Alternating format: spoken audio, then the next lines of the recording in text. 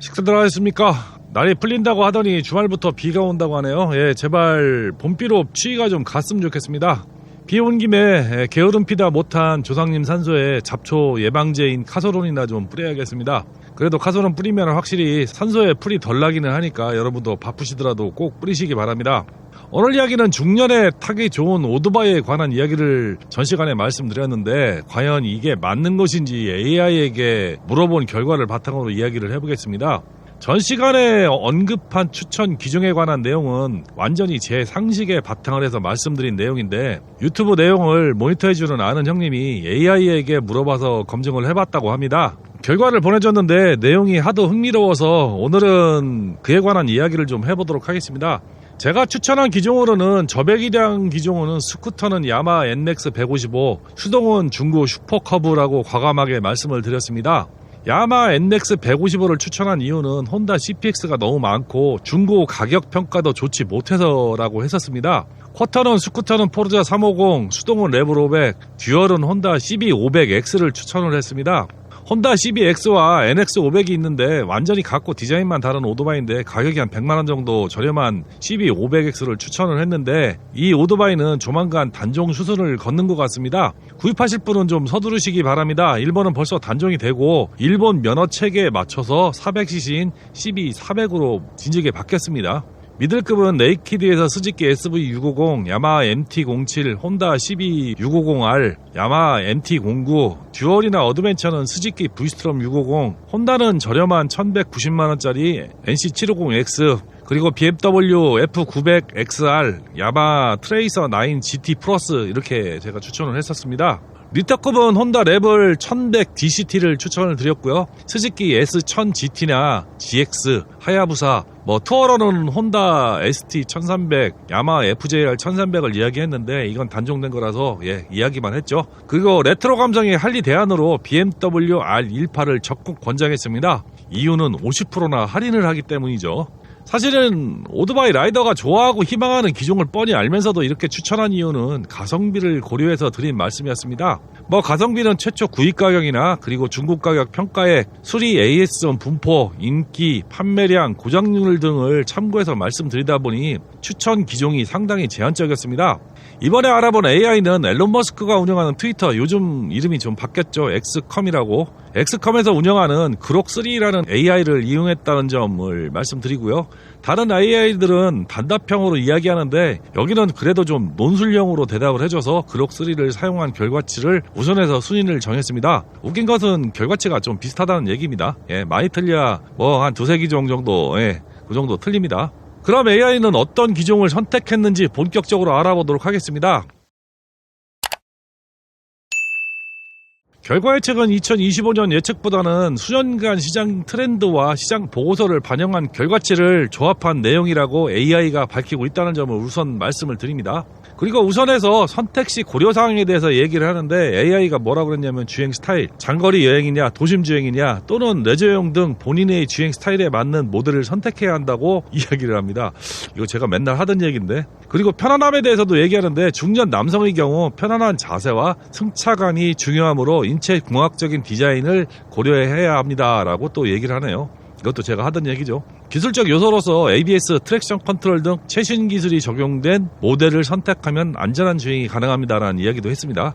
유지비 문제를 얘기했는데 유지와 정비 비용도 고려하여 경제적인 모델을 선택하는 것이 좋습니다. 고려사항이 제가 주장하는 내용을 그대로 이야기하는 것 같아 괜히 기분은 좋기는 합니다. 하여간 이런 것들을 감안해서 추천을 했다고 합니다. 그럼 본격적으로 알아보겠습니다. 언제나 말씀드렸다시피 순위는 참고만 하시기 바랍니다. 10번째, 로얄 엔필드 클래식 350. 레트로 스타일로 인도와 유럽에서 큰 반향을 일으키며 저렴한 가격과 클래식 감성으로 인기가 있다고 추천을 했답니다. 저도 알고 있는 모델이지만 제가 추천은 못하는 이유는 운영비 측면에서 비싼 정기 점검 비용과 엔진오일 문제, AS전 부족, 그리고 결정적으로는 일반적인 쿼터급에 비해서 떨어지는 출력 때문에 추천을 안 했던 기종입니다. 그래서 저는 쿼터에서 레벨 500을 추천했었죠. 레벨 500을 선택한 이유는 간단하죠. 한국에서 제일 많이 팔리고 서비스도 쉽고 특히 고장이나 이슈 별다른 고질병도 없고 신차 가격뿐만 아니라 중고차 가격이 너무 좋기 때문에 레벨 500을 추천을 했습니다. 아무리 레트로 오토바이가 유행한다 하더라도 입문자에게는 추천하기 어려웠던 점도 좀 있었습니다. 그래도 여성 라이더라면은 로얄 엔필드 기종을 선택한다 하더라도 크게 반대를 안 하겠지만은 그래도 양심상 추천은 못할 것 같습니다. 9위는 스즈키 하야부사입니다. 스즈키 하야부사는 역사에 오를 명차라고 저는 생각하고 있는 입장에서 젊어서 알차등 속도와 성능 위주로 타는 라이더에게는 빠지는 것이 없는 오토바이인 것은 분명해 보입니다. 다만 무게나 시트고 성능적으로 초보가 앉아서 라이딩하기에는 분명 한계가 있는 기종이긴 합니다. 그 한계라는 것이 오토바이 문제가 아니라 라이더의 실력의 한계가 반영된다는 뜻이죠. 라이더가 실력적으로 부족하다면 절대 오르지 말아야 할 오토바이가 하야부사 같은 고성능 오토바이들입니다. 실력 없이 단순히 간땡이만 부어서 절대 컨트롤할 수 없는 오토바이라는 점은 아주 분명해 보이는 오토바이고, 어느 정도 중급 이상 실력이 있는 라이더라면은 진짜 재미있게 라이딩할 수 있는 명차라는 것이 제 사견입니다. 8번째는 할리 데이비슨 스트리트 글라이드입니다. 이게 할리 투어링의 대표적 모델은 스트리트 글라이드가 원래 오리지널이고 로드 글라이드는 변종으로 나중에 생긴 모델인데, 이상하게 한국에서는 로드 글라이드가 인기가 더 많습니다. 판매량을 보더라도 2003년에 로드 글라이드 스페셜이 205대, 로드 글라이드 ST가 145대, 스트리트 글라이드 스페셜이 169대, 한 반 정도 팔린 거죠. 그리고 2004년 자료는 정확하지는 않은데 로드 글라이드가 한 360대, 스트리트 글라이드는 160여 대로 기억하는데 정확하지는 않습니다. 하여간 2배 가까이 로드 글라이드가 많이 팔리는 시장이 한국입니다. 이유는 뭐 간단할 것 같습니다. 제가 생각하는 이유는 스글은 할아버지나 타는 오토바이라는 이미지가 조금은 강한 맛 때문이라고 저는 분석하고 있습니다.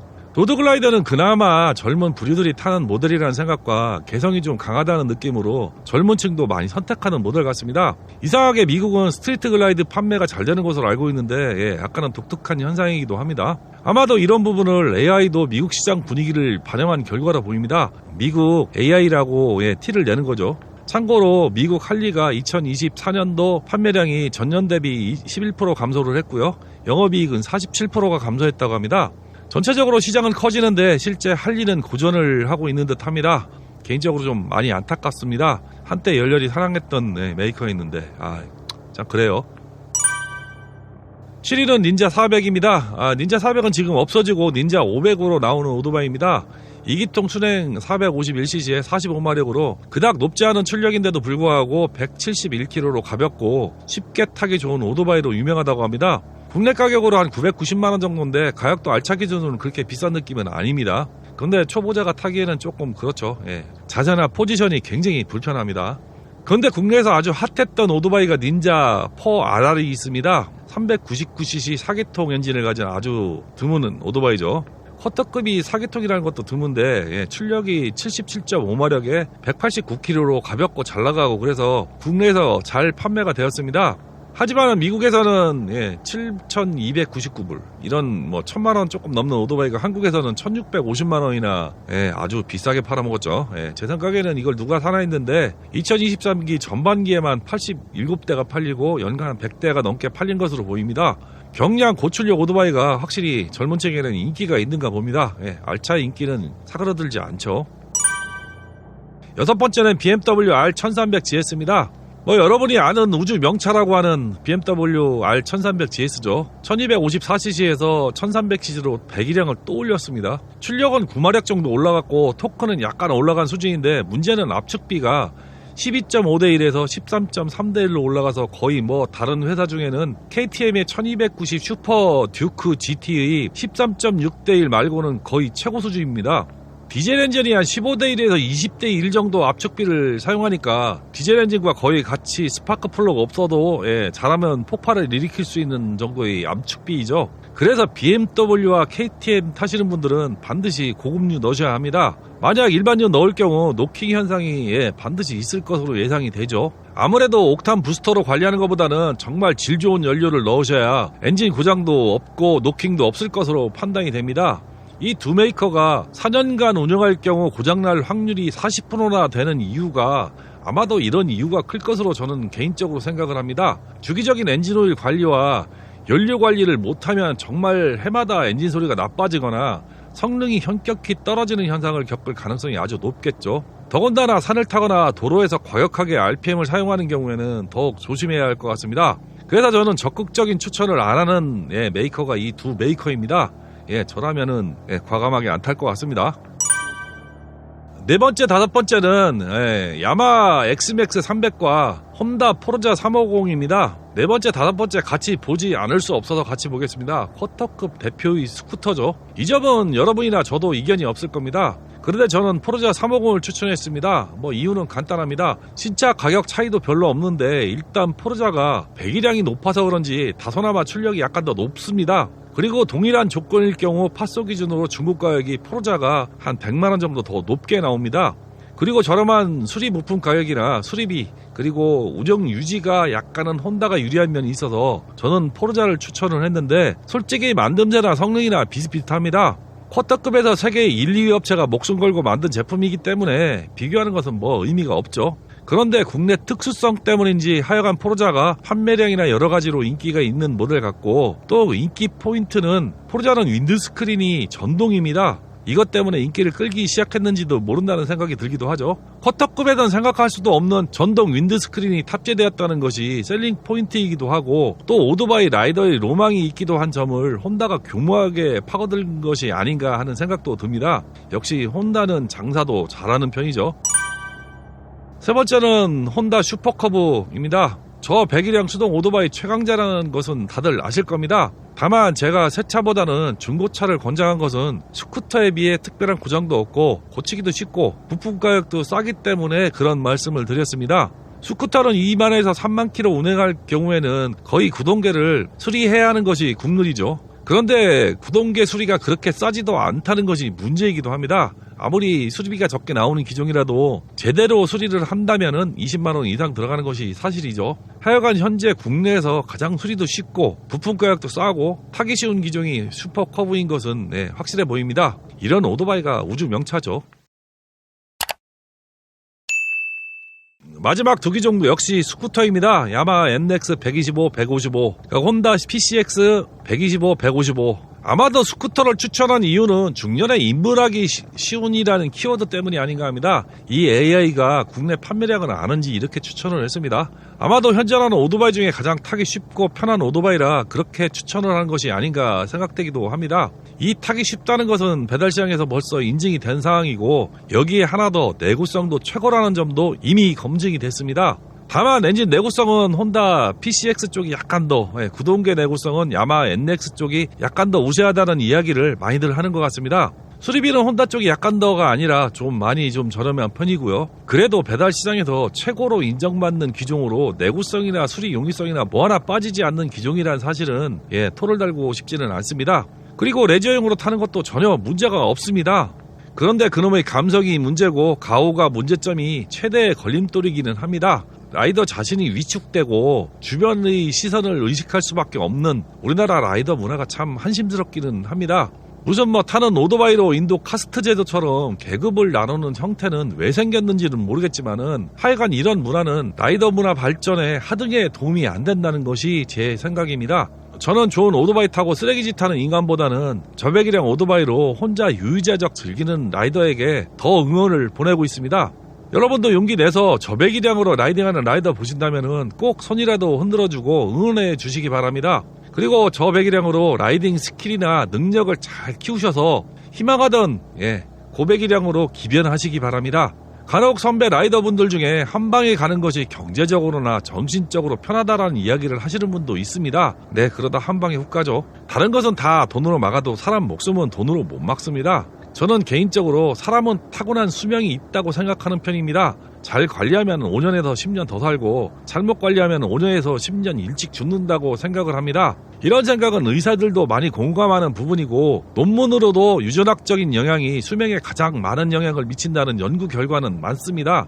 결국 관리를 잘하는 사람과 그렇지 못한 사람은 10년에서 20년 수명 차이가 난다는 것이지만은 오토바이는 잘못하면은 20년이 아니라 당장 오늘이라도 갈 수 있습니다. 진짜 라이더 선배라는 분들이 그렇게 중년에 입문하는 초보자를 악의 구렁텅이로 끌어들이지 마시기 바랍니다. 잘 적응할 수도 있고 잘 적응하는 사람이 없는 것은 아닙니다. 하지만 대부분은 잘 적응할 수 없는 현실적인 문제가 많죠. 제 채널 보시고 중년에 입문을 고민하는 분들은 그런 조언을 절대 피하시기 바랍니다.